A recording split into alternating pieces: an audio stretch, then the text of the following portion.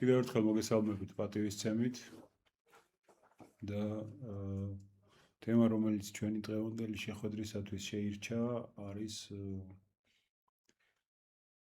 ერთი შეხედვით ძალიან თითქოს და მარტივი, თითქოს და უბრალო, თითქოს და რა უნდა თქვა ამ თემაზე, იმიტომ რომ ყველა ისედაც ოჯახში დაბადებული და გაზრდილი ადამიანები ვართ.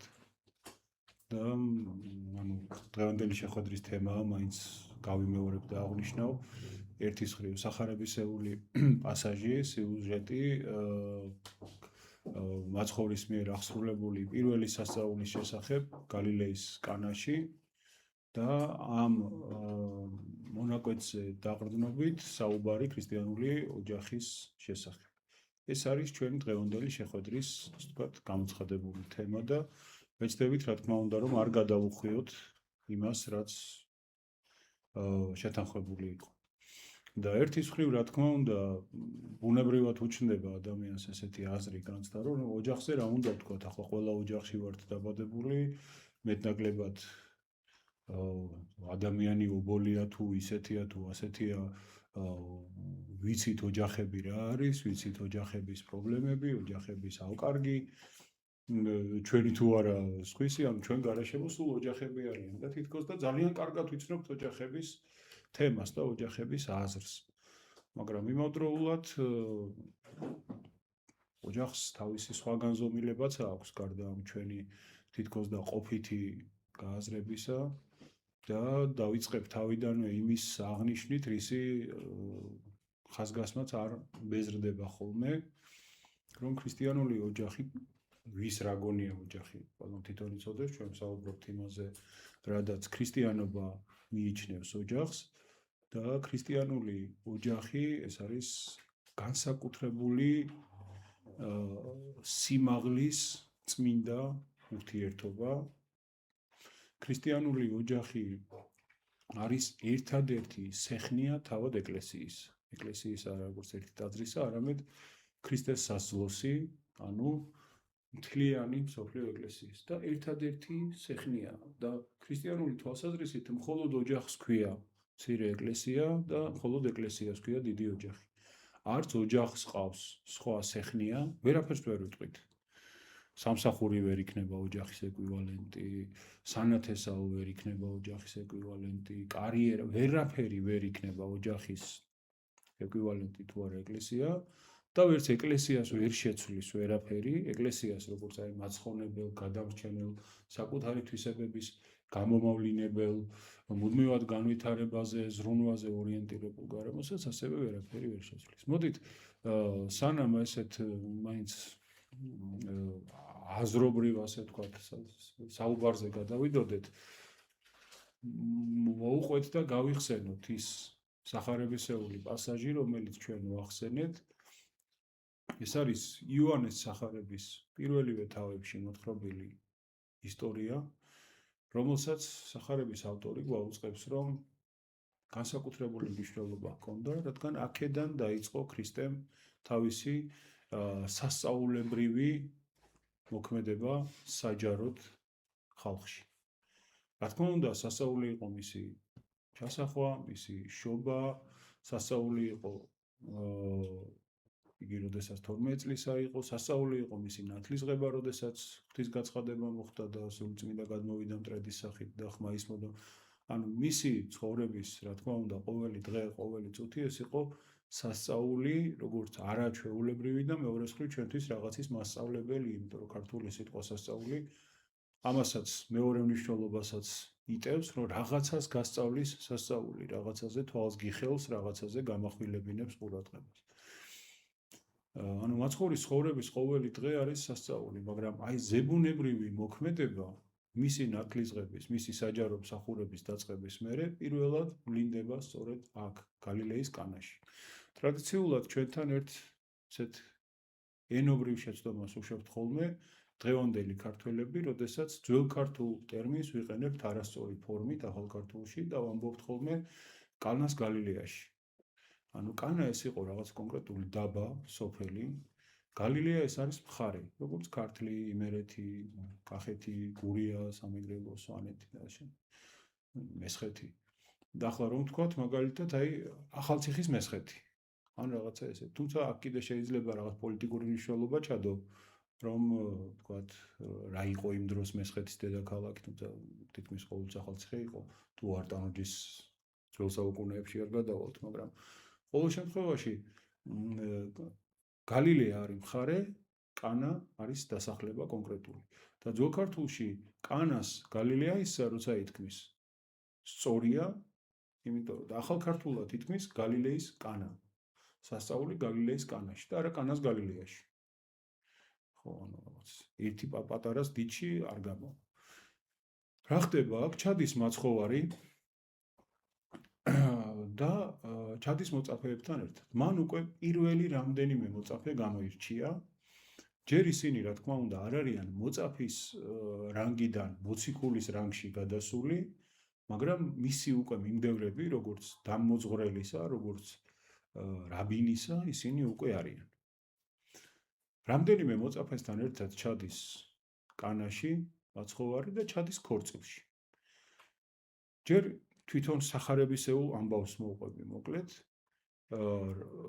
გრძელდება ეს ქორწილი რაღაცა პერიოდი და დედა მაცხოვრისა, ყოვლადწმინდა ქალწული მარიამი მიდის მასთან და ეუბნება, რომ ღვინო გამოელიათ, აღარ აქვთ.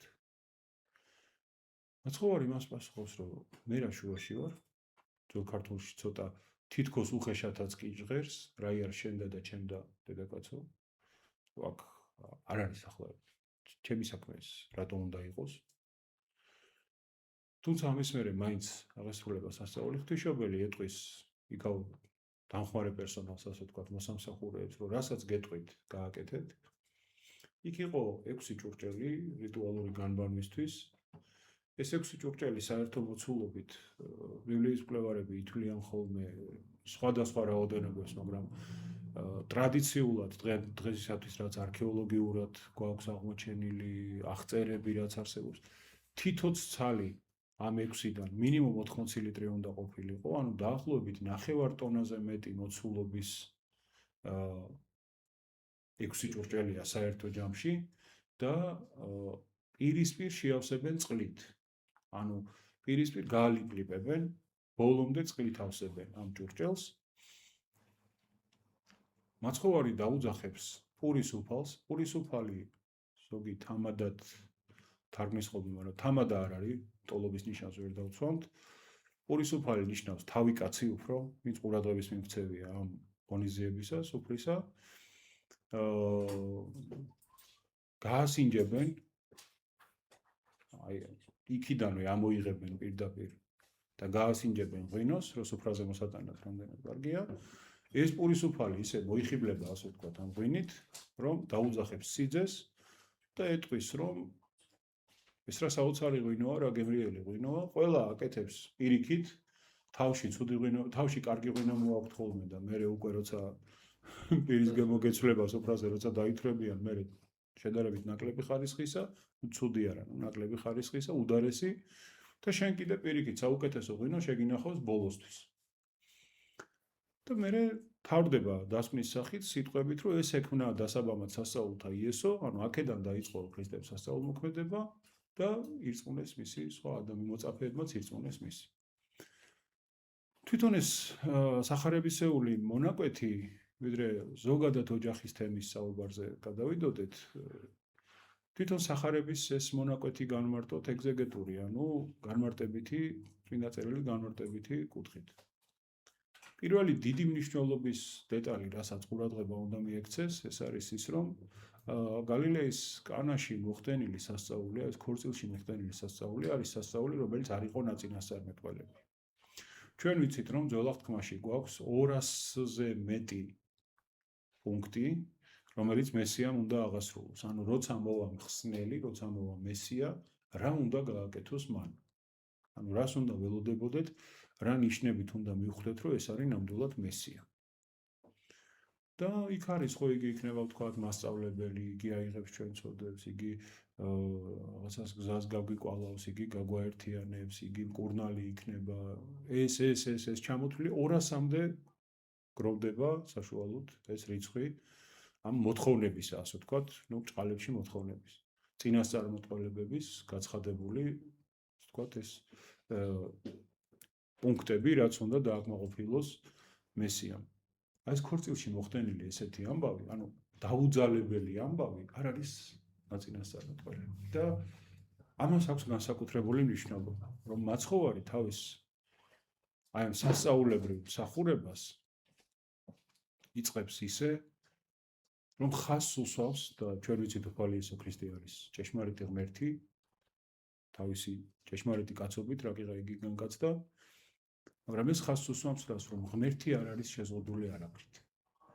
რომ ღმერთმა თავისი თავისუფლებით დაიწყო ჩვენი გადამრჩენელი მსახურება და პირველი სასწაულიც მოახდინა ისე, რომ თუნდაც წინასწარმეტყველებით არ იყო იგი, ასე ვთქვათ, შეზღუდული. ამას თავისი ძალიან მნიშვნელოვანი მაღალი საღვთისმეტყველო დატვირთვა აქვს, რომ უფალი თავის მსახურებას იწყებს თავისუფლად და ხაზი ესმება, რომ იწყებს სიყვარულით. ადამიანების სიყვარულს და ადამიანების სიხარულს იზიარებს. რადგანაც ერთ-ერთი უდიდესი ამბავი ტრადიციულად ჩვენთვის ადამიანებისთვის, სადაც ხარობენ, ადამიანები ერთდებიან, ადამიანებს ერთმანეთის რაღაცა მომავლის იმედი აქვთ, ერთად რაღაცის კეთებას გეგმავენ და ასე შემდეგ, ეს არის სწორედ ქორწილი, ახალი ოჯახის შექმნა. და მაცხოვარი იზიარებს ოჯახის სიხარულს. ორჯერ აკურთხაო ქრისტემ ოჯახი. ერთხელ, როდესაც იგი ოჯახში დაიბადა თვითონ და რჯულიერად დაიბადა იგი, რადგანაც რჯულიერად იყო მithოვილი ქალწული მარიამი, ყოვლადწმინდა მარადის ქალწული მარიამი მართალი იოსებს, ერთხელ თვითონ რო დაიბადა ოჯახში და ოჯახში გაიზარდა, ამით იკურთხა ოჯახი, ესეთი ამამების აზრი და მეორედ, როდესაც თავისი მსახურება დაიწყო ფაქტობრივად ოჯახის, ახალი ოჯახის დალოცვით. ერთი პუნქტი, რომელიც ასევე ძალიან არის ჩვენთან გავრცელებული და ხშირად შეიძლება მოისმინოთ ხოლმე, ის რომ სიმონ კანანელი იყო სიძე ამ ქორწილში. ეს არის შეცდომა. გავრცელებულია ჩვენთან საქართველოს ყოველდღიურობაში ბევრგან შეიძლება მსგავს დამოკიდებულება მოისმინოთ, მაგრამ ეს არის ნამდვილად შეცდომა, რაც არანაირი კონკრეტული არც წმინდა წერილიდან და არც მამათა განმარტებებიდან არ დასტურდება. ეს არის გვიანდელი დროის რაღაცა ნააზრევი, რომ სიმონ კანანელია ამ ქორწილში სიძე. რატომ? იმიტომ რომ სახელი იგივდება, კანაში მოხდა ეს სასწაული და სიმონი კანანელია. კანელი არ არის, კანანელია. კანელი ნიშნავს სიმონ მოშურნე. ქართულში მოშურნეთით არნება. მოშურნე, ანუ ზილოტი, ანუ გულმოდგინე. თავგამოდებული. სიმონ თავგამოდებული, სიმონ ყოჩაღი, თავდადებული. და უბრალოდ ეს გავს ეს ორი სიტყვა ერთმანეთს. თორემ თავისთავად ნონსენსი იქნებოდა ჩვენ ჩაგვეთვალა, რომ მივიდა მაცხოვარი და თან როგორც წესი ამ ამბავს ეს ეყვებიან ხოლმე, რომ აი მაცხოვარი მივიდა, ეს ქორწილი დალოცა აკურთხა და სიმონ კანანელი გახდა მისი ახალი მოწაფე და გამოყვა და შეუდგა მას და ამის მერე მოციქული გახდა და მერე საქართველოში ჩამოვიდა და აგერ აფხაზეთშია დაკრძალული კომანში. რაღაცნაირად ნონსენსი გამოდის, რომ ჩავიდა მაცხოვარი ოჯახი დალოცა და წამოვიდა ქორწილი რომ დამთავრდა, სიძე თან წამოიყვანა, ესე იგი დაანგრია ოჯახი. ხო, რაღაცას რომ ამბობთ ხოლმე და რომ მოგწონს, მე ბოლომდე აღარ ვაკვირდებით ზოგჯერ და ეს რა თქმა უნდა ისევ ჩვენ გვაყენებს ხოლმე მეტნაკლებად უხერხულ მდგომარეობაში. ეს არაფრით არ დასტურდება, რომ სიმონ კანანელი იყო იმ ქორწილის სიძე. არა, ჩანს რომ ქორწილი დალოცა და აკურთხა მაცხოვარი. გაიზიარა მათი სიხარული. ჩანს ის, რომ ორი სხვადასხვა სტატუსით იმყოფებიან იქ ერთი ოჯახი და ღვთისმშობელი და მაცხოვარი. ღვთისმშობელი ჩანს, აი ხო, ჩვენც ხალხი ვართ, ქართველები ვართ, ყოველას გვაქვს ნათესავი, მეზობელი, ახლობელი, ყოველდღიურში უფროს თაობას უფრო კარგად ახსოვს ხოლმე სამეზობლო და საახლობლო ურთიერთობები, როცა იმ შენ სამეზობლოში თუ სანათესაოში ოჯახის, თქვათ, ერთი წევრი ეხმარება იქაურებს, თქვათ, იქ ხორცის დამუშავებაში თუ ნიგზიანების გაკეთებაში თუ როგორც არის, ჩვეულებრივად სუფრის მომზადებაში და ოჯახის, თქვათ, რომელიღაცა წევრები მიდიან უკვე როგორც სტუმრები. ეს ძალიან ჩვეულებრივი ამბავია, არავის უცხო არ არის. ჩანს ეს ტექსტიდანაც, რომ როგორც ჩანს, ეს არის ნაცნობი ოჯახი, გალილეაა და მაცხოვარი ნაზარეთში, გალილეის ერთ-ერთ დასახლებაში გაიზარდა თვითონაც. მიუხედავად იმისა, რომ ბეთლემში დაიბადა ტოლვილობის გამო, მას უწევდა ნაზარეთში გაზდა და ნაზარეველი ეწოდა, ეგვიპტიდან როცა დაბრუნდა ოჯახი ნაზარეთში დასახლდნენ და მაცხოვარი მიდის როგორც სტუმარი ამ სუფრაზე თავის მოწაფეებთან ერთად, თუმცა ალბათ მისთვისაც ნაცნობი ოჯახია ეს ოჯახი, ხოლო ღვთისმშობელი იქ ტრიალებს როგორც მასპინძელი. ანუ იგი როგორც ქალი, როგორც დიასახლისი, იქ მიდის როგორც მომხმარე. და სწორედ ამიტომ არის, რომ ღვთისმშობელმა იცის, რომ იქ ღვინო ელევათ და ამიტომ არის, რომ ღვთისმშობელი, რომელმაც რატომ უნდა იცოდეს, რომ ქრისტეს შეუძლია სასწაული მოახდინოს, ღვთისმშობელი ავლენს აი ამ ასე ვთქვათ, უფლებამოსილებას და კადნიერებას, რომ თავის ღვთაებრივ ძეს თხოვოს ფაქტობრივად სასწაულის მოხდენა. კიდევ ერთი. კიდევ ერთი არის ის, რომ რატო გამოელია ღვინო.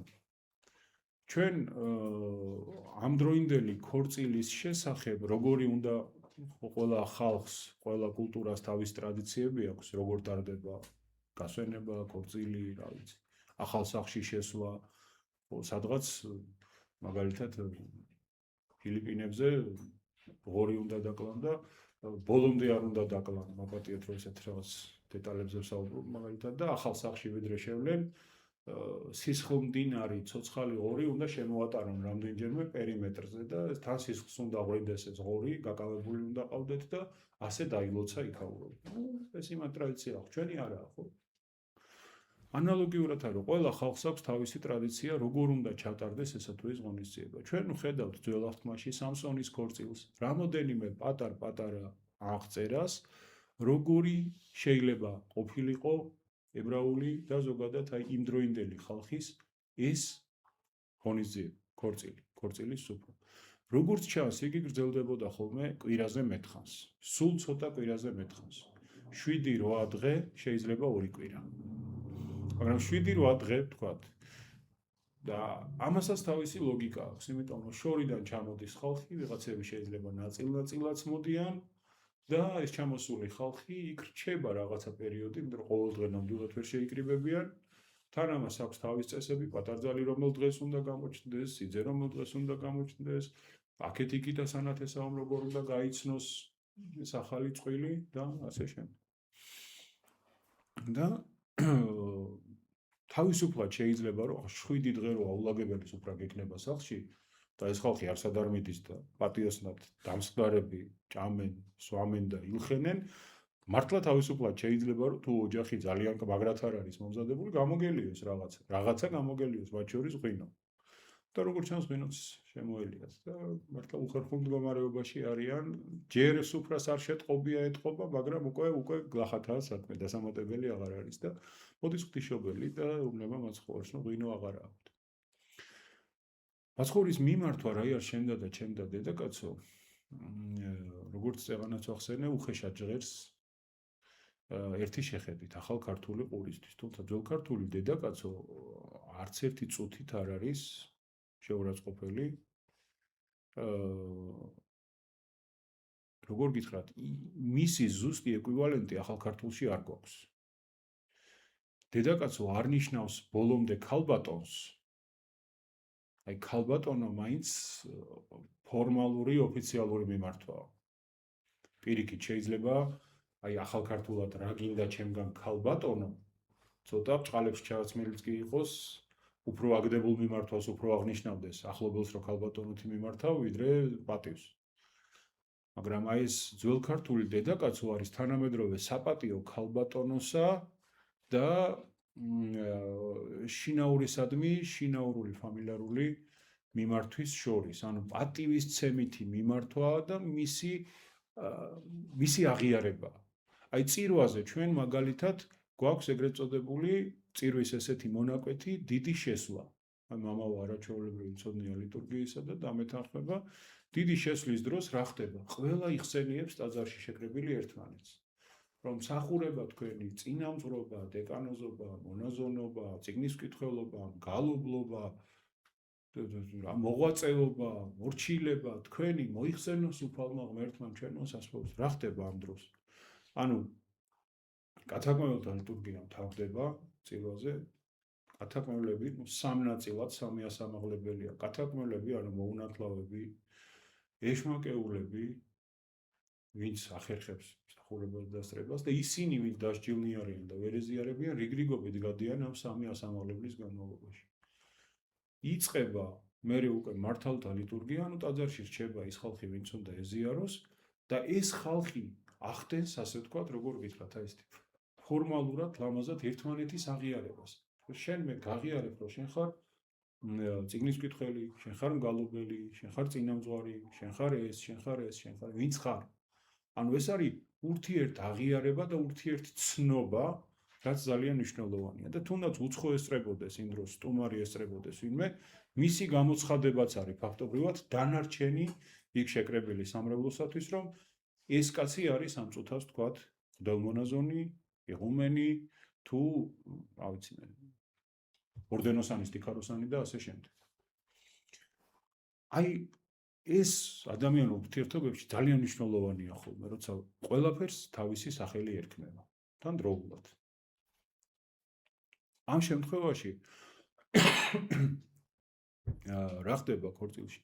ეს მიმართვა დედაკაცო, ესაა საპატიო მიმართვა და მაცხოვარი აქ ხაზს უსვამს ერთის მხრივ იმას, რომ არავის არ შეუძლია ღმერთს რამე დააძალოს. წეღა როგორ თქვი, თავად წინასწარმეტყველებასაც კი მაცხოვარი იმ სასწაულს აკეთებს, რომელიც წინასწარმეტყველებიც არ იყო. ღმერთი შეუზღუდავია, ღმერთი არაფრით არაა შეკრული. გარდა თავისი, ამოდით ესე ვთქვათ, ღვთაებრივი თვისებებისა, რომ მას არ შეუძლია იყოს ბოროტი, ეს არ შეუძლია, ძალიან ისეთი გამოსათქმელი, არ შეუძლია იყოს ბოროტი, არ შეუძლია იყოს უცხოდინარი, არ შეუძლია. როგორ შეიძლება ვთქვათ ღმერთზე, ყოვლის შემძლეზე, რომ რამე არ შეუძლია, მაგრამ ღმერთს არ შეუძლია იყოს ბოროტი. ღმერთი რაც არის, ის ამის თვისებები, იგი არის ყოვლიცოდნე, იგი არის უკვდავი, იგი არის მარადეული, ყოვლისმომცველი და ასე შემდეგ. თორემ ღმერთს ყველაფერი შეუძლია. თუ მოინდომებს სხვა რაღაცად შეუძლია ალბათ. ჩვენ რაც ვიცით, ის არ უნდა უარყოთ. და იმას არც ერთ სიტყვას არ უნდა უღალატოთ, რაც ღმერთს ჩვენთვის გაუმხელია, იმიტომ რომ ჩვენ გვაქვს გამოცხადებითი რელიგია და ანუ ჩვენით არ ვიგონებთ რაღაცას ღმერთზე, ჩვენ ღვთის შესახებ ვიცით მხოლოდ ის, რაც მას ჩვენთვის უსწავლებია და გაუმხელია. ღვთისმშობელი როცა მივიდა და ეს ითხოვა, ღვთისმშობელს ახასიათებს ეს ძალიან კარგად, რომ იგი არის მზრუნველი ადამიანი და პასუხისმგებლიანი ადამიანი, რომელიც იმ ოჯახში მყოფი, თუნდაც თვითონაც სტუმრად ყოფილიყო, ზრუნავს ამ ხალხზე და მეორეს მხრივ, როგორც დამხმარე იმ პასუხისმგებლობაში, რომ იგი იქაურების დამხმარეა, ნამდვილად თავს იწუხებს, რომ ყველაფერი კარგად იყოს, არც მასპინძელი შერცხვეს და არც სტუმარი დაიჩაგროს, ვინც იქ არის მისული.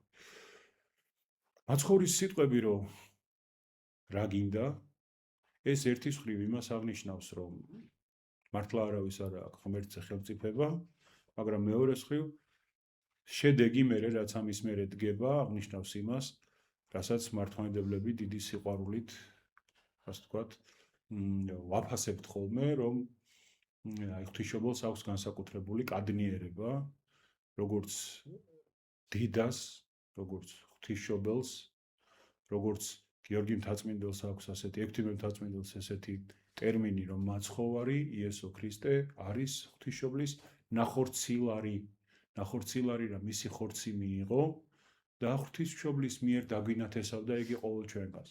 ადამიანური ხორცი მან, რომელიც უნდა გამოეხსნა, განეწმინდა, რომლისთვისაც მიეცა უნდა უფლება ზიარებისა და ყველაფრისა, ღვთისმშობლისგანაა აქ მას მიღებული და ღვთისმშობელი სწორედ იწოდება ბევრი მიზეზის გამო და მათ შორის აი აგერ ჩანს სახარების ამ პასაჟში უაღმატებულესად და უზესთაესად ზეციურ ძალებზე, სერაფიმებზე და ქერუბიმებზე. იგი როგორც ადამიანი არის უმაღლესი, არა ღმერთი, არავითარ შემთხვევაში ამის თქმა არ შეიძლება, მაგრამ ყველა ზეციურ ძალაზე აღმატებული თავისი ადამიანური გამორჩეული მადლმოსილებითა და პატივით. და აი ეს ვლინდება აქაც, ის განსაკუთრებული, ასე ვთქვათ, უფლებამოსილება, თუ ხათრი, რა ვიცი, რა სიტყვა ვთქვათ, რომლითაც მაცხოვარი და ღვთისმშობელი როგორც დედაშვილი არიან ერთმანეთთან დაკავშირებული. და კარგი შვილი როა მაცხოვარი ჩანს სულ. ერთის მხრივ ხაზს უსვამს იგი, აი გახსოვთ სახარების ის მონაკვეთი, რომ მივიდნენ მასთან, ბევრი ხალხია მის გარშემო შეკრებილი და ატყობინებენ, რომ დედა შენი და შენი და-ძმები არიან მოსული და შენამდე ვერ მოდიან იმდენი ხალხია და მაცხოვარი ამბობს, ვინ არის დედა ჩემი და ჩემი და-ძმა? მხოლოდ ისინი, ვინც ჩემი მცნებები დაიმარხა და ხო რაღაც. ანუ ასე ვთქვათ, ქართული შინაურული ენით რომ ვთქვათ, ბიძაშვილმა მიდაშვილობით არ არის ახლობლობა, არ არის ღვთისნიერება, ეს არის იმითი, ვინც ღვთისნიერია. და არსებობს ფიზიკური ნათესაობა და არსებობს სულიერი ნათესაობა. მაგრამ როდესაც ეს ორი ნათესაობა მართლა შერწყმულია, უმაღლესად არის შეერთებული, მაშინ რა თქმა უნდა დგება საუკეთესო შედეგი, როდესაც ფიზიკურადაც უკვე ერთნი არიან ადამიანები და უახლოესნი არიან და სულიერად მართლა ერთსულოვანი არიან, რაც არაერთხელ გვინახავს ჩვენ თუნდაც ჩვენი ქრისტიანული ეკლესიის 20 საუკუნოვან ისტორიაში.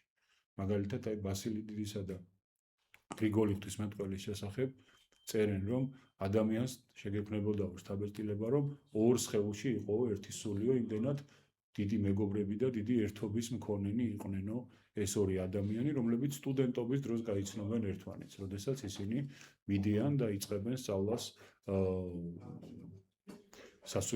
სასულიერო არ იყო მაშინ ფილოსოფიურ სასწავლებელში. მოკლედ, ღვთისმშობელს აქვს ეს გამორჩეული უფლებამოსილება თხოვს მაცხოვარს იესო ქრისტეს, რომ რაღაცა დავეხმაროთ, ან საიდან შეიძლებოდა ცოდნოდა ღვთისმშობელს, რომ ქრისტეს ეს შეუძლია. მას აქამდე ხო სასწაული არ მოხდენია, მაგრამ ღვთისმშობელმა ხო ყველაზე მეტი ნახა. ღვთისმშობელზე მეტი არავის არ უნახავს. ხარება მან ნახა და ხარების აღწერა რაც ახალ აღთქმაში რით იმთავრდება, რომ მთავარანგელოზის ნათქვამები ღვთისმშობელმა დაიმარხა. ანუ შეინახა. მეტი არავის არ მოусმენია ის, რაც ღვთისმშობელმა მოისმინა. შობის ამბები ნახა, ანგელოზები როგორ გალობდნენ, წემსები როგორ მოვიდნენ, მოგვები როგორ მოვიდნენ და რა მოიტანეს იმ მოგვებმა. ჩვენ ხო წმინდა წერილიდან კიდე სრულად არ ვიცით იმ მოგვებმა რა უთხრეს, რა ცოდნა მოიტანეს კიდე და როგორ აღიარეს თავისი ცოდნის სიმცირე სრულ საღვთო გამოცხადებასთან შედარებით. ეს არაჩვეულებრივი მაგალითია, სხვათა შორის ძალიან მოდური რომ არის ხოლმე. ხშირად ეს აღმოსავლური რაღაცა ფილოსოფიები თუ რელიგიები, რომ თელმა აღმოსავლეთმა აგერ მოვიდა და ქრისტესსაც დაყვანიდა. საღამიდი ხარ, კაცო, უკან ტრიალდები შენ. ღრმა იესოს თაყვანისცემს მოგვებმა, როგორც ყველაზე ბრძენმა ადამიანებმა მთელ აღმოსავლეთში. და ანუ ღვთისმშობელმა ყველაზე მეტი იცის. და მან 12 წლის იესო ნახა ტაძარში, როცა უკან მობრუნდნენ და ეუბნება, რომ ბედა მამა შენი ვრონინებთ და გეძიებთ, მესამე დღეა და საერთოდ და არ იცით რომ მე მამა ჩემის სახლში ვარ, ტაძარში ვარ და ყველა გაოგნებული იყო იქ შეკრებილი უხუცესნი ამ პატარა 12 წლის ბავშვმა, საიდან იცის ამდენი და საიდან მას ასეთი სიბრძნე.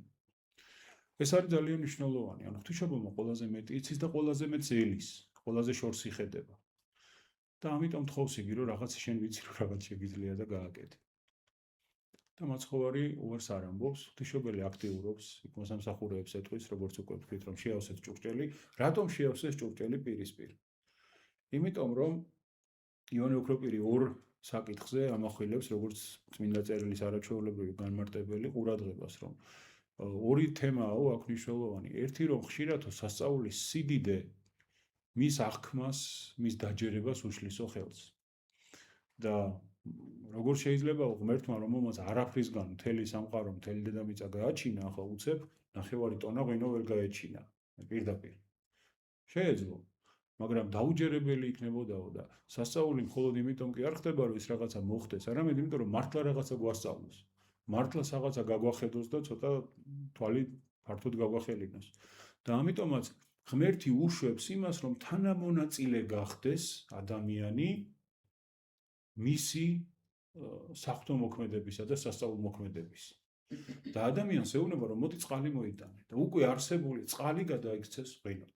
რაც უფრო ადვილი დასაჯერებელი იქნება, ერთი საფეხური იქნება, ყავარჯენი იქნება, ჩემო ბატონო, რაღაცის დასაჯერებლად და მისაღებად. ეს ერთი. მერე მეორე, პირამდე რატო შეავსებინა ღვთისმშობელმა მოსამსახურეებს, დამხმარეებს ეს ჭურჭელი? იმიტომ რომ ვინმეს არ ეთქვაო, ჯერეთი ეს იყო რიტუალური განმევნის ჭურჭელი, ანუ წყლის გარდა ისედაც არ ჩაისხმებოდა არაფერი. ეს არ იყო რაღაცა იმის ჭურჭელი, ამის ჭურჭელი. უშუალოდ წყლის ჭურჭელი იყო და იქ არ უნდა ყოფილიყო არაფერი.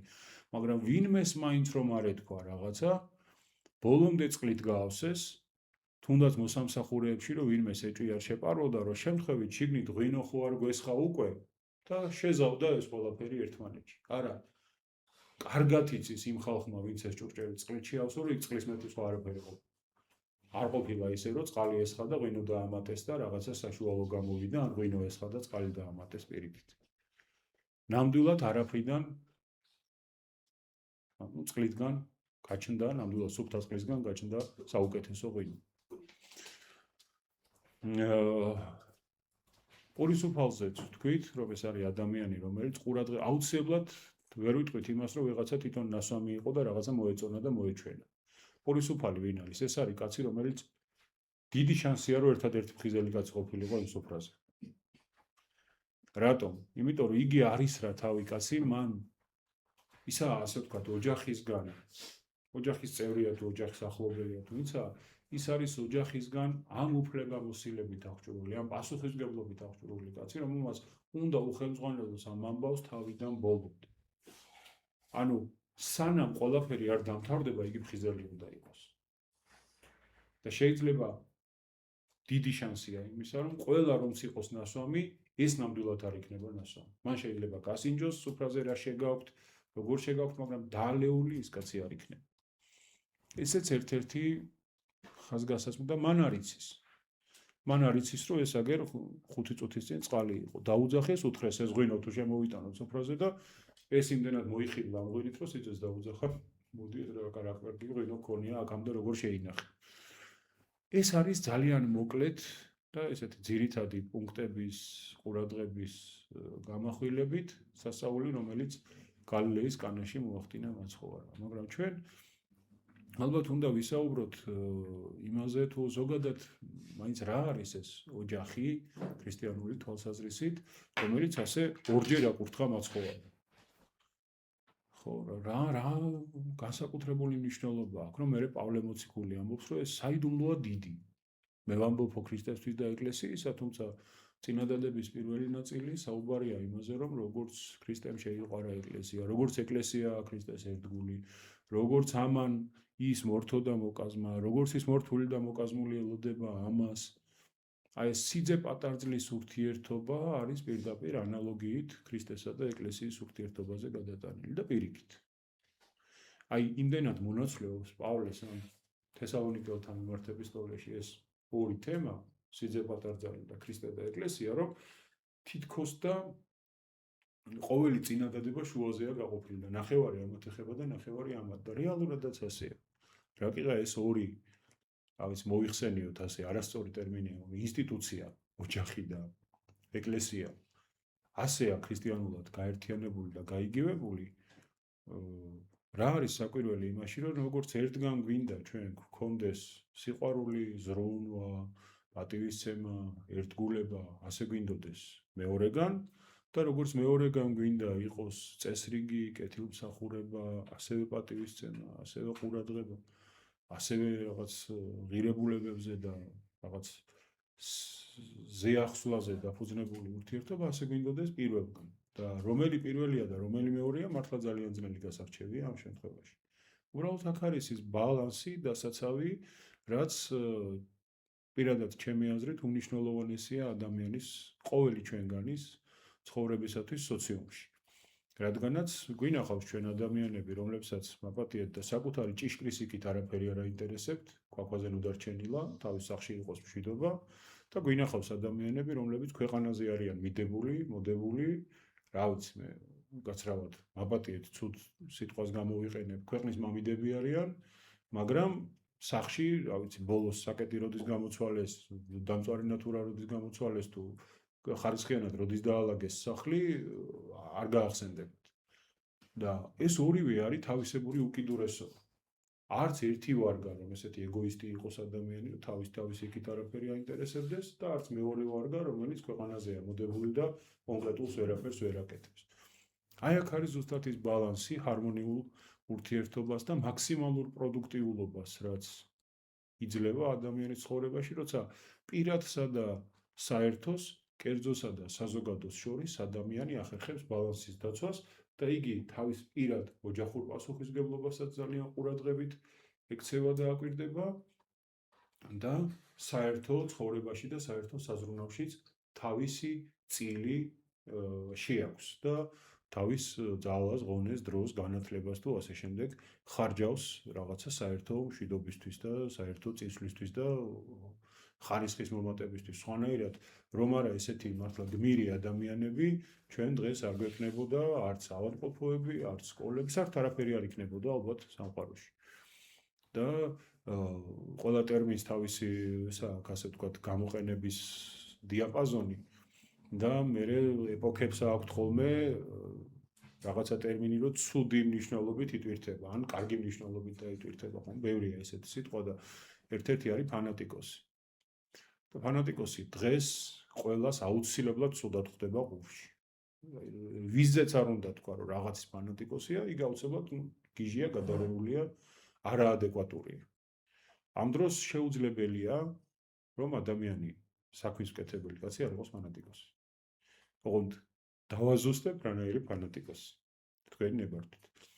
აკაკი წერეთელს დავიმოწმებ ამ შემთხვევაში, რომ თუ კაცი ფანატიკოსი არ არის, იგი ვერაფერს ვერ გააკეთებს. ფანუმ ფანატიკოსი საიდანაც მოდის ესა ძველი ბერძნული ტერმინი ფანუმ ნიშნავს შეწირულს, რაღაცაზე რაღაც გადადებულს. ანუ თავშეწირული, თავგანწირული, თავგამოდებული თუ არ არის ადამიანი, იგი რა თქმა უნდა ვერაფერს ვერ გააკეთებს. რაღაცის გაკეთება ვცადე, როგორც კი წინააღმდეგობა შემოხდა, თავი გავანებ. რაღაცა დავიწყე, უიმე რა ძნელი ყოფილა, თავი მივანებ. ეს კიდაც სწავლა იყოს, უცხოენის სწავლა მინდა და დავიწყე და ამდენ სიტყვებს რა დაიზეპირებ. ანუ რაღაცაზე თუ ეს თავგამოდება, თავშეწირვა არა გაქვს, რომ აი მე ამისთვის ვშრომობ, მე ამისთვის რაღაცას ვაკეთებ, რა თქმა უნდა ადამიანი ძალიან უკან დაიხევს. ანუ ფანატიკოსი ნიშნავს თავისი პირველადი და სუფთა მნიშვნელობით თავდადებულ ადამიანს. და რა თქმა უნდა თავდადების გარეშე არაფერი არ გეტდება. თავად ქრისტემ თავი დადო ჩვენი გამოხსნისათვის. ანუ ფანატიზმის გარეშე ისევ აკაკის დავესესხოთ ვერაფერს ვერ ვიზამთ. ოღონდ თუ ფანატიზმი უკვე თანამედროვე მნიშვნელობით გავიგეთ, ეს არის შეზღუდულობა, მხოლოდ მე რაც ვიცი ის არის მართალი, სხვისას არაფერს არ ვითვალისწინებ, აი ესეთი ჩაკეტილი ვარ. აქ რა თქმა უნდა ძალიან უხერხული სიტუაცია იქნება და რა თქმა უნდა ესეთი ფანატიზმი ჩვენთვისაც მიუღებელია, თუ უკვე ამ მნიშვნელობით გამოვიყენებთ იგივე ტერმინს. და რატომ? კიდევ ერთ ჩემთვის საყვარელ შედარებას მოვიყვანო. აი ამ თავგამოდებასთან დაკავშირებით, იმიტომ რომ ხშირად ითქმის ხოლმე, რომ და აი ხა მარხვა იწყება და გაგვიგონია, გავიგონებთ, აი ხა ვერჯერ გავგაგონოს, რომ ვიტყვით ხოლმე ადამიანები, რაღაცას ვიცავ, მარხვას ვიცავ, რაღაცა წესებს ვიცავ, რაღაცებს ვიცავთ. და ამ დროს როცა პატიოსნად გულწრფელად დაფიქრდება ადამიანი მარხვის, წესის, მეგობრობის, უფროსუმცროსობის, სამშობლოს, ერთგულების, გავაგრძელოთ, ბლომად შეიძლება გაგრძელება, გარეშე რა რჩება შენი ცხოვრებისგან. უცებ აღმოაჩენ, რომ მაინდამაინც არაფერი ღირებული. და ამ დროს ხვდები, რომ მე კი არ ვიცავ ამ რაღაცეებს, იმ პატიოსნებას თუ ერთგულებას თუ მარხვას თუ წესებს, არამედ მაპატიეთ და მარილი როგორც იცავს რაღაცას დალპობისგან და გაფუჭებისგან, ასე მიცავს ეს ყველაფერი და ასე იცავს ეს ყველაფერი ჩემ ცხოვრებას, რომ რაღაცა ღირსება, რაღაცა ახოვანება გააჩნდეს ჩემს, ასე ვთქვათ, ცხოვრებას და რაღაცა ფორმაში ჩამოყალიბებული, ყალიბიდან მოდის ხო ჩამოყალიბება, ჩამოყალიბებული იყოს ჩემი ცხოვრება. არ იყოს უფორმო და გადღაბნილი. რომ დღეს ასეა და ხვალ ისეა, არა? ანუ არსებობს რაღაცა წესები, რომლებსაც ვიცავ და რეალურად ეს ყველაფერი აძლევს ჩემს ცხოვრებას, რაღაცა საზღვრები, რომლებსაც ვიცავ და ეს საზღვრები აძლევს ზუსტად ჩემ ყოფას და არსებობას, რაღაცა ფორმასა და ცხოვრებას. ამიტომაც დღეს, როდესაც მართლა სულ არის ხოლმე საუბარი იმაზე, თუ რა არის ოჯახი და რეალურად ოჯახს თავისი სერიოზული, ვაღიაროთ, ძალიან კრიზისული დრო უდგას დღეს ოჯახის გააზრებას.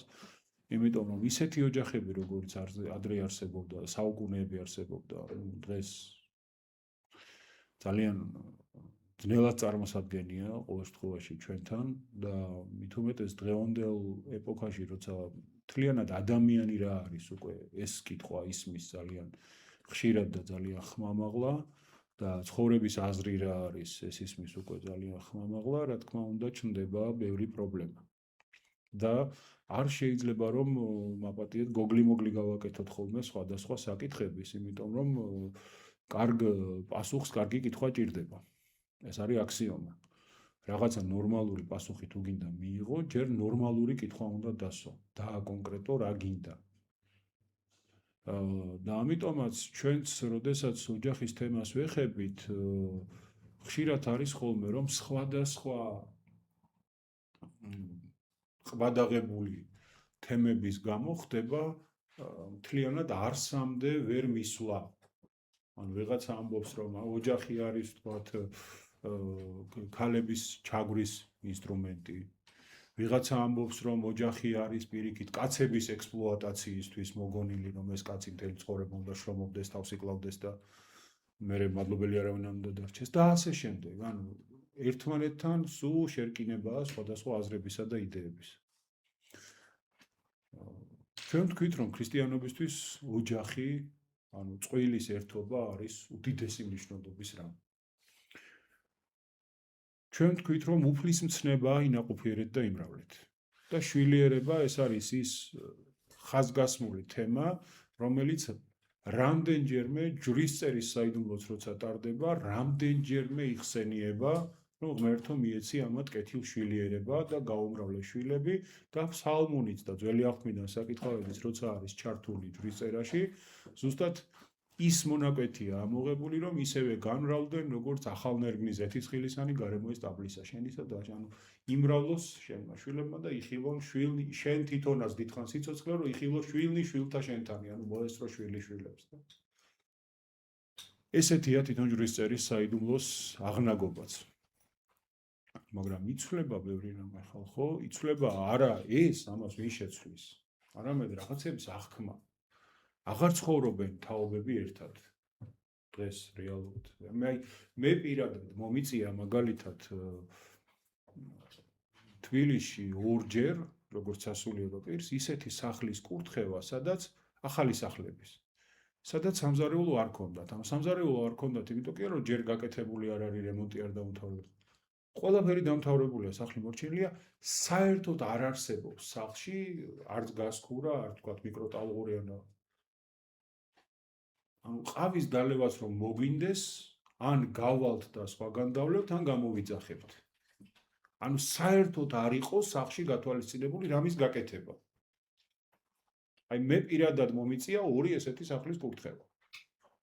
და ეს იყო ჩემთვის სახმარა დააშავა და იმ ოჯახმა რა, უცბად დაილოცოს და იკურთხოს და ღმერთმა სიკეთე არ მოაკლოს იმ წყვილს და ორივე ახალგაზრდა წყვილი იყო და გაამრავლოს ეს ადამიანები. რამდენიმე წლის წინ იყო ეს ორივე შემთხვევა, მაგრამ წარმოუდგენელი იყო მსგავსი რაღაცა, არ ვიცი, ალბათ ყოველთვის, რაც კაცობრიობა არსებობს, რომ ადამიანები ერთად ცხოვრობდნენ სახლში და სახლში საჭმელი არ კეთდებოდეს. ანუ გათვალისწინებულიც კი არ იყოს, რომ სახლში საჭმელი უნდა გაკეთდეს და ოჯახმა ერთად უნდა ჭამოს. არადა ხშირად საჭმელს მართლა რამხელა საკრალური მნიშვნელობაც აქვს ხოლმე, არა, რა გემოს საჭმელს აკეთებ. გვახსოვს ყველას, ახლა ჩვენც ოჯახებში ვართ გაზრდილები, ვიღაცა იხსენებს, რომ ბიცოლამ რაღაცა ესეთი ჩიხირთმა იცოდა, ვიღაცა იტყვის, რომ უიმე ეს რო ლობიოს მოხარშავდა, ის მან რო ხაჭაპურის გამოცხობა იცოდა, ანუ ეს არის ის პატარა უხილული თუ უხილავი ძაფები, რომლებიც ადამიანებს ეხმარება ერთმანეთთან დაკავშირებაში. ეს დაკავშირება რა დოზის უნდა იყოს და როგორ უნდა იყოს, ეს ალბათ ყველგან ინდივიდუალურად რეგულირდება, მაგრამ რომ უნდა იყოს ეს ცალსახაა, ჩემი აზრით. და ამ დროს ხდება ის, რომ აი ესეთი რაღაცაც არსებობს. საერთოდ არ აქვს გათვალისწინებული, ანუ იმ ოჯახში არაფერი არ უნდა გაკეთდეს. მე ახლა ცოტა გადახვევას გავაკეთებ, შორიახლო გადახვევას, ერთმან წავიკითხე, რამდენად დიდი სოციალური ფუნქცია ჰქონდათ მაგალითად მაჭანკლებს მე-19 საუკუნის თუნდაც თბილისურ ყოფაში. გვინახავს ჩვენ ყველას ქეთო და კოტე, თავადი მაკარი, როგორ ჩაკეტეს მერე ეს ჩვენი ქაბატო და ეს მაჭანკლები რა ამბებში არიან და რეებს ჩარხავენ და ატრიალებენ, მაგრამ რეალურად მაჭანკალი არ იყო დღეს რო წარმოგვიდგენია, ну ვიღაცა გააცნო მოატყუა თუ გააბრიყვა თუ რაღაცა და საქმე გაიჩარხა. არა, მაჭანკალია და ან სამანიშვილის დედინაცვალში რომ მაჭანკალია ვთქვათ, ნახევრად კარიკატურული უკვე. მომატყუეს, კიდე ერთი მოტყუებული კარზე მოგვადგება. არა, მაჭანკალი ეს იყო მაღალი სოციალური პასუხისმგებლობის მქონე, რა დღევანდელ ენაზე რო ვთქვათ, სოციალური მუშაკი. რომელსაც ევალებოდა ეს ყველგან კი ვერ წავიდოდა მასზე მინდობილ რაღაცა უბანში, სოფელში, ქალაქში თუ რეგიონში, მაშინ შედარებით პატარა იყო ყველა დასახლება, ემუშავა, ასე ვთქვათ, ცნობოდა ყველა. მაჭანკლებსო მოვალეობა ჰქონდათ ოჯახებში შესულიყვნენ, მოვალეობა უფლებაც ჰქონდათ, სადაც უკვე დასაქორწინებელი და გასათხოვარი ქალები და ვაჟები იყვნენ, მაჭანკალი მოვალეც კი იყო, რომ შესულიყო და იქაური საჭმელი ეჭამაო. სადილადან ვახშმად დასწრებოდა ოჯახს. იმიტომ რომ გაერკვიაო ერთი იმ ოჯახის, ასე ვთქვათ, შიდა სამზარეულო რა ხალხია, როგორ ჭამენ, როგორ სვამენ, ერთმანეთს როგორ ექცევიან და გემოებიც კი შეედარებინა ოჯახებისო, რომ ვიღაცას გაურიგებდა, მე ამ შეუთავსებლობის გამო არა მარტო ვთქვათ ოჯახების კულტურული თუ განათლების თუ სხვა დონის თუ საგვარეულოების შეუთავსებლობის საკითხი კი არ დამდგარიყო, არამედ ისეთი თითქოს და საერთოდ ყურადღება არ მისაქცევი თემაც კი ყოფილიყო გათვალისწინებული, რომ რამდენად კარგ საჭმელს აკეთებენ, რომ თუნდაც ამან არ იმოქმედოს მერე ახალგაზრდა წყვილის ცხოვრებაში ზედმეტი პრობლემა არ გააჩინოს. შეიძლება მაშინ განქორწინება საერთოდ გამოგონილი არ ქონდათ, მაგრამ ერთად რო იქნებიან, იქ რაც შეიძლება ნაკლები რამე გაუჭირდეთ ერთობაში. ანუ წინასწარ ამასაც კი ადარებდნენ, რა გემოს საჭმელს არის ეს ხალხი შეჩვეული. რომ მერე ამას თავისი სახელი ქონდა, თავისი ავტორიტეტი ქონდა, რომ ეს რომ ვიღაცას დაუკავშირებდა, თავი არ მოჭროდა და მას თავისი, ასე ვთქვათ, ხო შეიძლება იურისტს, ექიმს, ვიღაცას ლიცენზია გაუქმდეს, იმიტომ რომ რაღაცა პროფესიულად არასწორი ანალოგიურად მას ეს სტატუსი არ დაეკარგა. ანუ მაჭანკალი ყველა ვერ იქნება. ეს უნდა ყოფილიყო უაღრესად დაკვირვებული, სოციალური პასუხისმგებლობის მქონე ადამიანი. გამოცდილი ადამიანი, რომელიც შეაფასებდა აქეთ-იქით ოჯახებს და სწორ ოჯახებს დააკავშირებდა ერთმანეთთან, რა თქმა უნდა, მათი თანხმობით. მე ხო ძალიან შორს წავედი, სად კანას გალილეიდან დავიწყეთ, გალილეის კანადან და თბილისელ მაჭანკლებამდე ჩამოვედით, მაგრამ ამას რატომ ვამბობთ? იმიტომ რომ ბევრი რამეა, რაც ოჯახებს ჭირდება ურთიერთობაში. მე მახსენდება პაისი ათონელის ერთი არაჩვეულებრივი რჩევა დარიგება, რატო ის მე ეს 1 საათი, რომელიც ჩემია მინდა რომ რაღაც საკითხებს შევეხო და კითხვა-პასუხი მე რა თქმა უნდა თავისუფალ რეჟიმში გავაგრძელოთ და კი დამრჩა დაახლოებით 12 წუთი. ძალიან მიყვარს ერთი ისტორია, რომელიც ძალიან ცნობილ და დღეისათვის პოპულარულ, მით უმეტესად სერიალი გამოვიდა, უკავშირდება მამა პაისისთან მისულა ახალგაზრდა გოგო რაღაცა გაჭირვებით. ხო რა გაჭირვება? ნუ რა ის ტაძარში ადამიანები სხვადასხვა გზით მოდიან. ვიღაცა მოდის რაღაც განსაცდელით. ვიღაცა მოდის საჩხუბრად.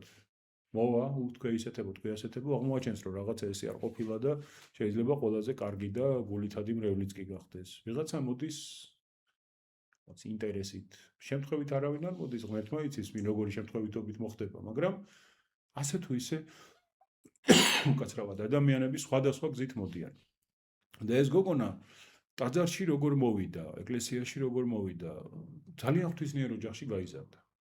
ანუ ქრისტიანულ გარემოში გაიზარდა, თავიდანვე ძალიან ესეთი წესიერი, გულიანი, პატიოსანი, მოაზროვნე, ამ ყველაფერში გარკვეული და ღრმად ჩახედული გოგონა და ეს არის 60-იანი, 70-იანი წლები, ანუ პერიოდი, როდესაც დიდი სოციალური ძვრებია მთელ მსოფლიოში, ჰიპების მოძრაობა, სხვა ჰუმანიტარული მოძრაობები, განსაკუთრებით აქტიურდება პროტესტანტული და არა მარტო პროტესტანტული, ქრისტიანული მისიები მთელ მსოფლიოში, ჩადიან სადღაცა გადაკარგულ ქვეყნებში და იქ დედატერეზობენ, ასე ვთქვათ, რაღაცა საავადმყოფოებს ხსნიან, წყალი გაყავთ, ბავშვებს სკოლებს უხსნიან და ასე შემდეგ. და ეს გოგოც იმ თაობის ახალგაზრდა გოგოა, პლუს ძალიან ღვთისმიერი გოგონაა, მართლმადიდებელია და გადაწყვიტა, ასე აქვს, თავის თავში აქვს ასე გადაწყვეტილი, რომ გახდება მონაზონი, რომელიღაცა მისიას გაყვება სადღაც, ესეც იზრუნებს მთელი ცხოვრება ადამიანების ცხოვრების გაუმჯობესებაზე, ილოცებს მოღვაწეობაში იქნება და თვითონაც ბედნიერი იქნება და სხვასაც სიკეთეს მოუტანს. და თითქოს და ეს თავში გადაწყვეტილი, მთელი ცხოვრებისთვის მიღებული გადაწყვეტილება რომ უნდა იყოს მონაზონი, უცებ დგება გზაჯვარედინზე, იმიტომ რომ ამ გოგოს ცხოვრებაში გამოჩნდა ვიღაცა ბიჭი, რომელიც მოწონს ამ გოგოს. რომელიც რაღაცნაირად კარგი ბიჭია და აღარ იცის ამ გოგომ საით წავიდეს. თითქოს ეს გადაწყვეტილება გაზრდით, იმით პატარაც არ არის მიღებული ქონდა რომ მე უნდა ვიყო მონაზონი და უცებ გზაჯვარედინზე დგას. აქეთ წავიდე თუ იქით წავიდე, მივიდა მამა პაისისთან.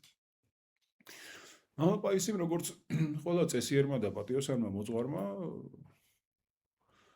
არ დაახრჩო, არ ეჩხუბა, არ უთხრა რომ ან აუცილებლად ასე უნდა წახვიდე, ან ისე უნდა წახვიდე, დასვა ეს გოგონა და აუხსნა რომ შვილო, დიდება და მადლობა ღმერთს რომ გაგაჩინა ჯამთელი, მოგცა ჯამთელი გონება. წესით შენ ისედაც ყველაფერი იცი, მაგრამ თუ არ იცი, მაინც ან ემოციები გიბინდავს აზროვნებას. ქრისტიანული ოჯახი არის ეს, ქრისტიანული მონაზნობა არის ეს. შენ უნდა გადაწყვიტო, შენ მეტი ამ გადაწყვეტილებას ვერავინ ვერ მიიღებს. წავიდა ეს გოგო, როგორც ხდება ხოლმე ხშირად 1-2 წელი დაიკარგა და მოვიდა 10 იმდენი აკოთკოთებული და 10 იმდენი ავიშვიშებული, რომ ეს მეტი ზღირსი ვარ, რა მინდოდა. რა მოხდა, გათხოვდა. გაყვა ამ ბიჭს. და ეს ბიჭი გამოდგა ბევრად იმაზე უკეთესი, ვიდრე ეს გოგო ელოდა. არაჩვეულებრივი მეუღლეა მოკლედ. ოჯახს უზრუნველყოფს, რა ვიცი, ფინანსურად. ძალიან კარგი თავისი მხარე ყავს, თავისი ოჯახი, თავისი სამეგობრო. აი, ყველანაირად კარგია მოკლედ ეს ბიჭი. ოღონდ არის ერთი პრობლემა, ეს ბიჭი არის მეზღვაური. და ეს ბიჭი რომ გაიკეტავს კარებს, ახლა მეზღვაურია. ნახევარი წელიდან ეს 60-70-იანი წლებია, ეხლა რომ მობილურს ავიღებთ და ნახევარ მსოფლიოს უყურებთ. და თვითმფრინავი სადაფრინდა და აეროპორტში რამდენ ხანს გაჩერდა, იმასაც ვაკონტროლებთ და პირდაპირ ეთერში ვნახულობთ მგზავრების ჩამოსვლას. ეს წარმოუდგენელი იყო მაშინ. სამხედროებისთვისაც კი ალბათ წარმოუდგენელი იყო და მით უმეტეს ამ გოგონას შემთხვევაში და როგორც და ეს გოგო ძალიან პატიოსანი ხო არის, ძალიან კარგი ხო არის, ძალიან ქრისტიანული აზროვნებით გაზრდილი ხო არის და ამანაც მთელი გულით მართლა პატიოსნად და ალალად შეიყვარა ეს თავისი მეუღლე. და წუწუნებს ეს გოგო მამა პაისისთან, რომ რა მინდოდა, ხო ვიყავი წყნარად. ისე შემიყვარდა, ისე ვგიჟდები ამ ჩემ ქმარზე, რომ სულ ენატრება, ხა, როგორ გაამტყუნებ ადამიანს, რომ თავისი ქმარი ენატრება. ყოფილიყავი წყნარად, რო წავა ნახევარი წელი, რომელ ზღვაშია, რომელ ოკეანეშია, თევზს ჭამს თვითონ თუ თევზი ჭამს ამას, ჯვარი წერია. ხო, არ ვიცი და აი სულ კარებზე ვარ მიჩერებული, ასე თქვა, სულ ველი და აღარ შემიძლია რა და არ გავთხოვილიყავი ხო ჯობდა, აი ნახევარი წელი ვატარებ აი ამ ტანჯვაში, ამ ბოლონინში, მერე კი ჩამოვა და რჩება რამდენიმე თვე სახში და კარგია, მაგრამ დანარჩენი ვარ ასეთ გაწამებულ მდგომარეობაში. და მამა პაისიმ გაიცინა თურმე რომ შედალოცვილო ღმერთო ერთს თხოვდიო და ორივე მოგცავ. ნახევარი წელი მონაზონი იყავიო და ნახევარი წელი დიასახლის შედალოცვილო რა გაგიხდაო ხო? ამას რატომ ამბობ? იმიტომ კი არა რომ ამ გოგოს თავისი ქმარი აღარ მოენატრება. რა თქმა უნდა მოენატრება და უნდა მოენატროს აბარემ. და იმ ქმარსაც ენატრება ალბათ. მაგრამ ლაპარაკია აქ იმაზე რომ არ უნდა მაპატიეთ ამ გამოთქმისთვის, არ უნდა გაჭედოს ადამიანმა. მათ შორის არც ოჯახურ ცხოვრებაში. და უნდა შეეძლოს მოვლენები ხანდახან ცოტა სხვა კუთხიდანაც დაინახოს ხოლმე. ჩვენ ხომ გვინახავს აი შუშას როგორ ეკაკუნება ფუტკარი, ანუ ბუზი. და გვიფიქრია რომ რა საოცარი ქმნილება ხარ, ღმერთმა ფრენის უნარი მოგცა. რამდენად თაფლის გაკეთების უნარი მოგცა. რაღაც საოცარი, წარმოუდგენელი წერია ფუტკარი. ფუტკარი ფიზიკური კანონებით არ უნდა დაფრინავდეს, იცით არა? NASA-ს იატაკზე არის ფუტკარი გამოსახული. იმიტომ რომ ანუ ნიშნად იმისა რომ დაფრინავს ის რაც არ უნდა დაფრინავდეს.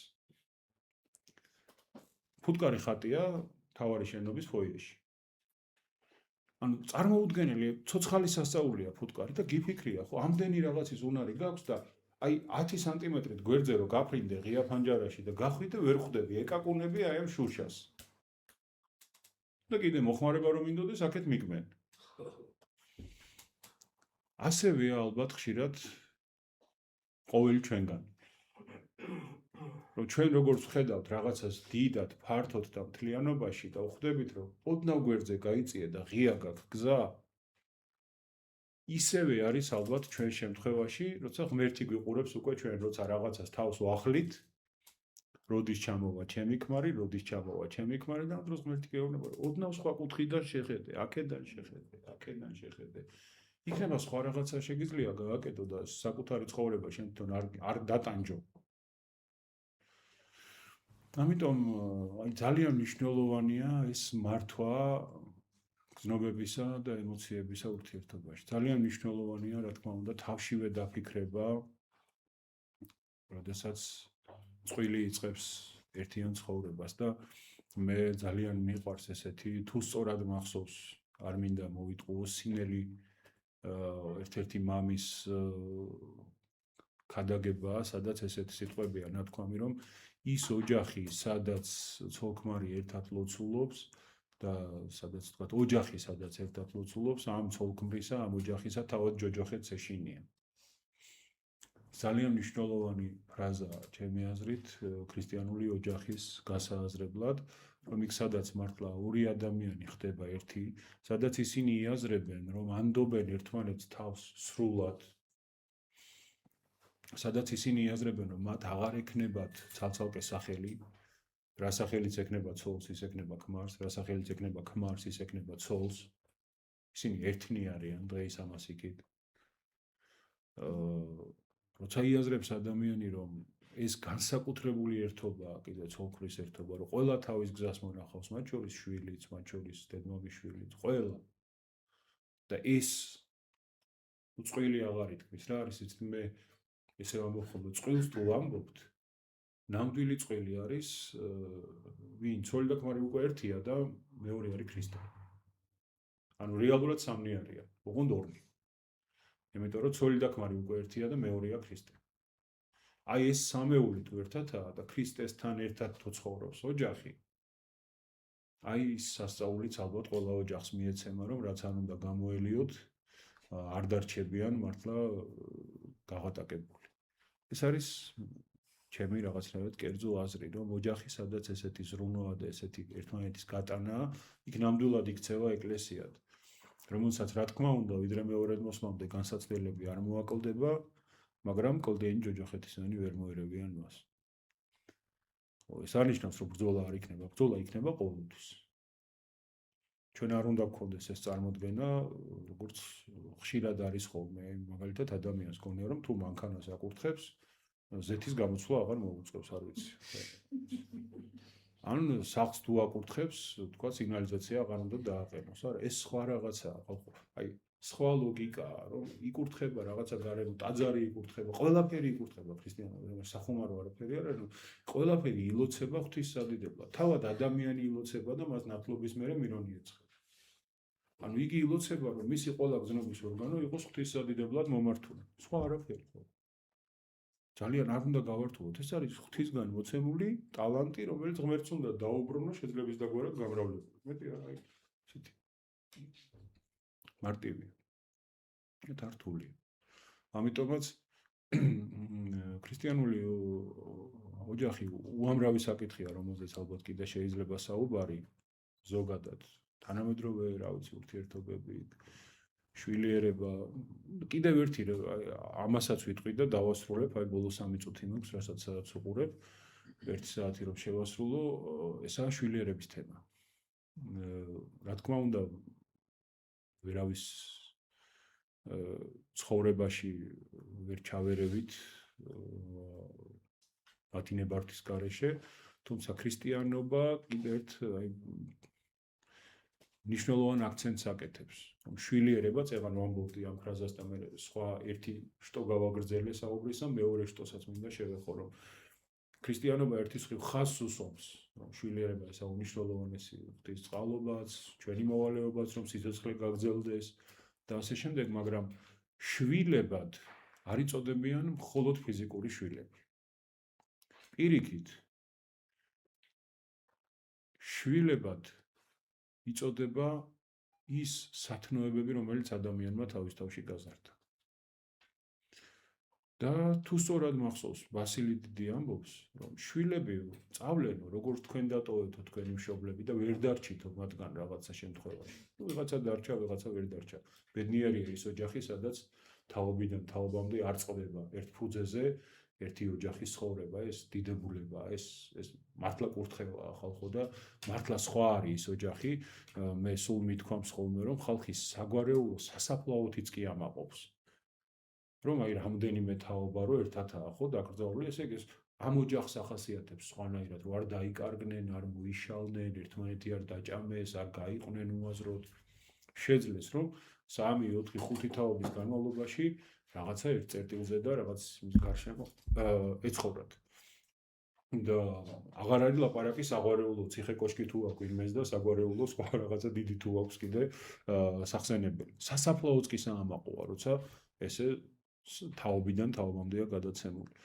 და მით უმეტეს ოჯახი კიდე ცალკეა, მაგრამ ყველა მონახავ, ხო თქვენც როგორც მონახეთო თქვენი გზა და ვერ დარჩითო თქვენ მშობლებთან, ასევეო თქვენი შვილებიც ასევე წავლენო და თავის გზას იპოვიანო და რეალურად თქვენთან მირჩებაო, ვინ არ მიგატოვებთო და ვინ იქნებაო ყოველთვის თქვენი სამსახურში, თქვენი სათნოებები ამბობს.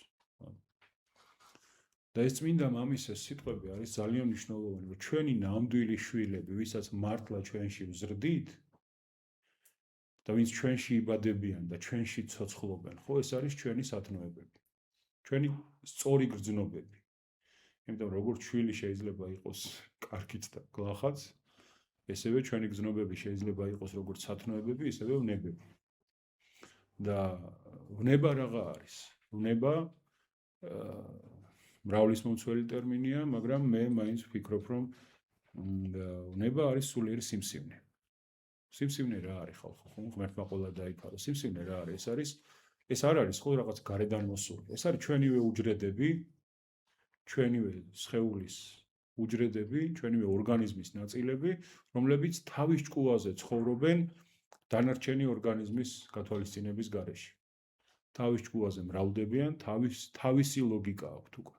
თუმცა რჩებიან ორგანიზმში და ანადგურებენ ასე დანარჩენ ორგანიზმს. ასევე ვნებები რა არის? ვნებები გარედან მოსული ძალები და გრძნობები არ არის. ესაა ჩვენივე გრძნობები, ჩვენივე ემოციები დავარქვათ თუნდაც, გრძნობები, ემოცია მაინც პატარაა, გრძნობები, რომლებიც ჩვენს კონტროლს აღარ არიან დაქვემდებარებული. ანუ ესაა ჩვენი სულიერი ძალები, რომლებიც ჩვენ აღარ გვემორჩილებიან და რომლებიც შესაბამისად უკვე გვანგრევენ ჩვენ. იმიტომ რომ ისინი აუცილებლად ჩვენ წინააღმდეგ არიან. ამიტომაც, როცა ჩვენ ვამბობთ ხოლმე, რომ ჩვენ რაღაცას ჩემ თავს ვებრძვი, მრევლისთვის ეს ნაცნობი ფრაზაა, ხო, ჩემ თავს ვებრძვი, რომ იქ რაღაცა აღარ დავიწყევლო თუ აღარ ბევრი აღარ ვჭამო თუ ასე შემდეგ. ჩვენ თავს არ ვებრძვით. ჯერ საკუთარ თავს რატო უნდა ებრძოლო კაცო? რასერჩი? შენი ცნობიერი ვეღარ იგებს, შენ თავს თუ ებრძვი, მოიგე, ვის მოუგე, წააგე, ვისთან წააგე, შინაგანად ირევი, სუსტდები. რეალურად ჩვენ ვებრძვით არა ჩვენ თავს, არამედ ვიბრძვით ჩვენი თავისთვის. ჩვენ როდესაც უნებას ვებრძვით, ჩვენ ვაკეთებთ რას? დავარქვათ ასე, რომ ჩვენ თავში ვიბრუნებთ დაკარგულ ტერიტორიებს. იმ რაღაცეებზე აღვადგენთ კონტროლს, რასაც ვეღარ ვაკონტროლებდით. ენას ვეღარ ვაკონტროლებდი, თქვა ზედმეტს ვლაპარაკობდი. რა ვიცი, მუცელს ვეღარ ვაკონტროლებდი, ზედმეტს ვჭამდი, თვალს ვეღარ ვაკონტროლებდი, რაღაცა ზედმეტს ვაწეცებდი აქეთ-იქით. თუ ასე შემდეგ და მე ვიბრუნებ ჩემ თავს. ჩემი თავის იმ ნაწილებს, რომლებიც მე აღარ მემორჩილებოდი.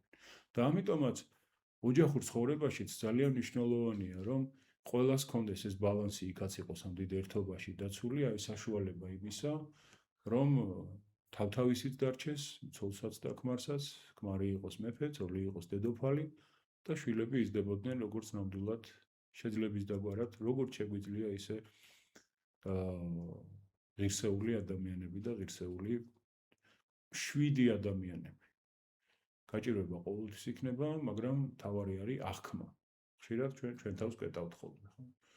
მახსოვს ბატონი ძალიან პოპულარული როგორც ვიცი ფსიქოლოგია ბატონ ზურაბ ხეიძე ერთ-ერთ ლექციაზე მოყვა ესეთ რაღაცას რომ ლექცია იყო სადაც YouTube-ზე ვნახე რომ აი ადამიანი თავის თავს როგორ უშლის ცხოვრებას რომ ჩაიფიქრა რომ მილიონი უნდა ვიშოვო და მაგრად ვიქნები ბედნიერი ვიქნები ვერ იშოვა ეს მილიონი ახლა ესე ადვილი ხო არ არის მილიონის შოვნა ნუ 10000 იშოვა 100000 იშოვა კაი 9 მილიონი შოვა ეს მილიონი არა აქვს ჯერ ნაშოვნი ჯერ კი არა შეიძლება ერთ ვერასოდეს იშოვოს მაგრამ ნუ თქვათ და გზაშია მაგრამ ჯერ არ უშოვია 500000 უკვე აქვს 900000 აქვს უბედურია იმიტომ რომ მილიონი არა აქვს რატო კაცო რაც გაქვს იმისი ბედნიერი იყავი ხო აი ეს დაახლოებით იმას და თავის ყოველდღიურობას ინადგურებს კაცი ხო მას ხო არ რასაც გვასწავლებს მცირესაზე და მართალი იყავი დიდსაზე და დაგადგენა არავინ არ გეუბნება რომ არ განვითარდე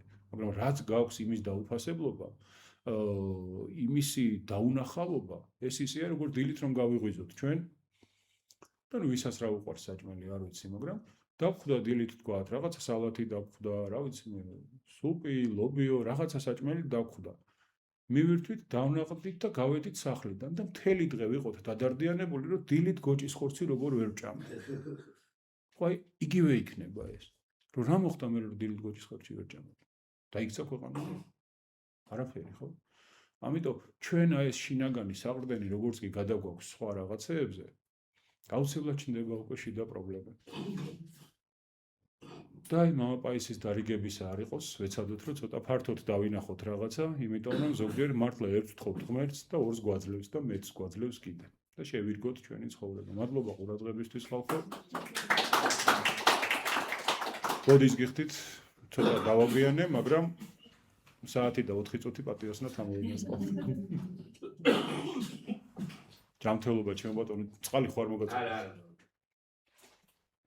რა ვიცი თუ რაღაცა გაუგებარი იყო თუ რაღაცა კითხვა დაგვრჩათ ხალხო იმიტომ რომ დღეს იმდენი პრობლემა აქვს რეალურად ოჯახს როგორც ინსტიტუციას და ამის გააზრებას ყველასი ეშინია ბიჭებს გოგოების ეშინიათ გოგოებს ბიჭების ეშინიათ ყველას ეშინია დღეს და ნუ საბოლოოდ ვართ ესე შეშინებულები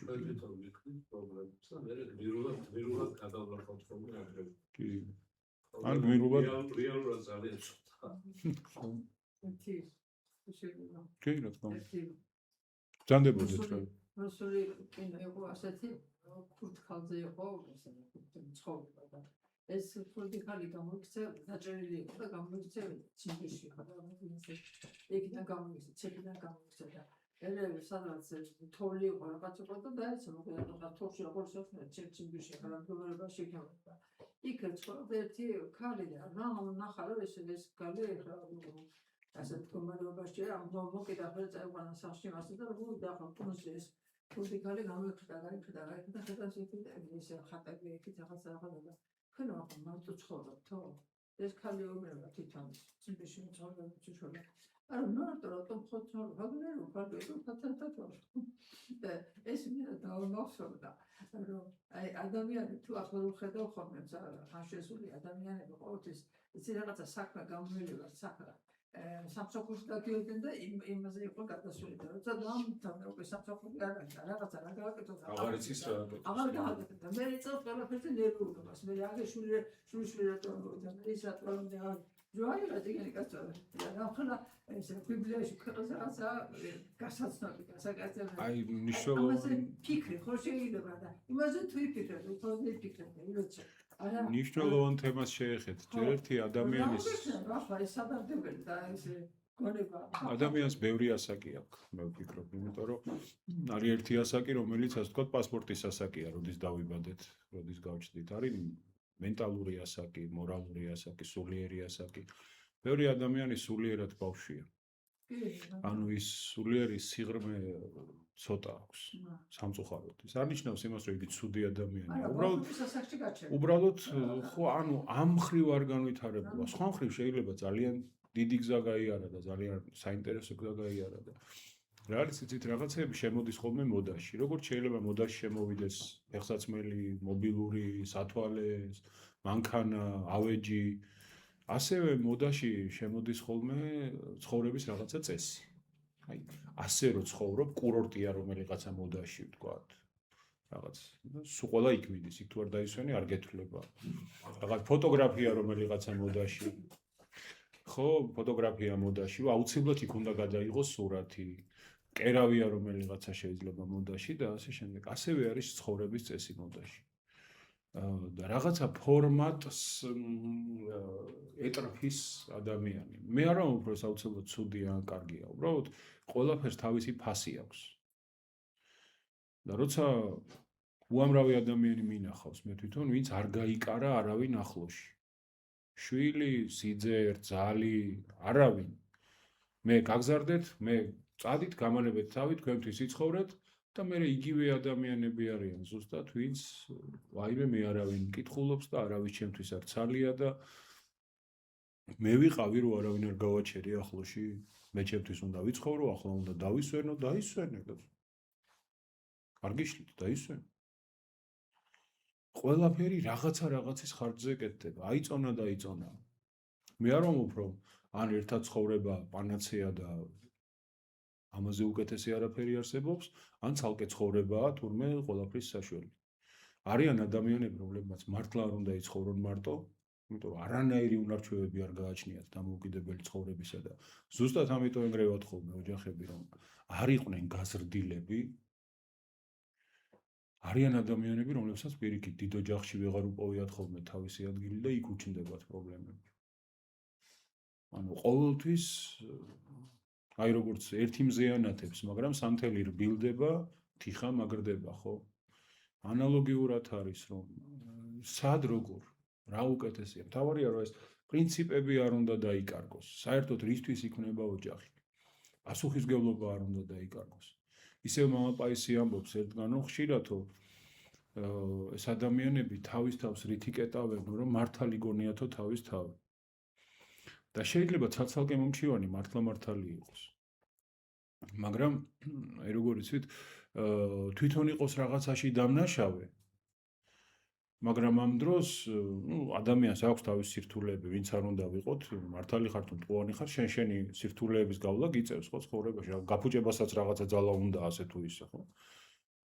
და იგი თვლის, რომ ძალიან მძიმე ჯვარი აქვს. იცი მე რას უძლებ და შესაბამისად არაფერს არ ასწორებს. იმიტომ რომ იგი ისედაც თვლის, რომ ისედაც ჯვარი აქვს აღებული და რაღაცას ტვირთულობს. უძლებს თავის უცნაურ ქმარს თუ უცნაურ ცოლს თუ ასე შემდეგ. და რა თქმა უნდა, ესეთი ადამიანი, რომელიც უკვე ესე აქვს გადაწყვეტილი, რომ გოლგოთის გზას გადის და ჯვარი აქვს თურმე აღებული, რა თქმა უნდა, ესეთი ადამიანი აფერს არ შეცვლის. და სხვათაშორის ზუსტად ამიტოა ეს ეკლესიურობა, ანუ რაღაცა ერთობა და ცალკე ერთის მხრივ კატეგორიულად მიუღებელია, რომ ვინმე ჩაერიოს წყვილის ცხოვრებაში.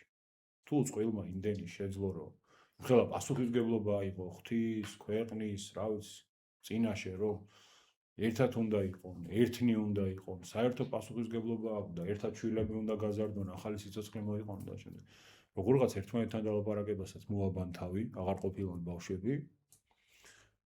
და არავინ არ უნდა ჩაერიოს იქ დედა, მამა, და, ძმა, ნათესავი, არავინ არ უნდა ერეოდეს წყვილის ცხოვრებაში მართლა, მაგრამ მეორეს მხრივ არის ისიც, რომ წეღან როგორც თქვი, ყველა არ არის ამ დონეზე განვითარებული და მართლა ჭირდება ვიღაცას მშობლისგან იქნება თუ მეჯვარისგან იქნება თუ ვიღაცისგან პატარა შეშველება, სანამ ურემი გადაბრუნდება და მერე ვიტყვით, რომ დედა რატო აქამდე არავინ არაფერი არ ვიცოდით და არ გავაკეთეთ და თავი არ შევიწოხეთ.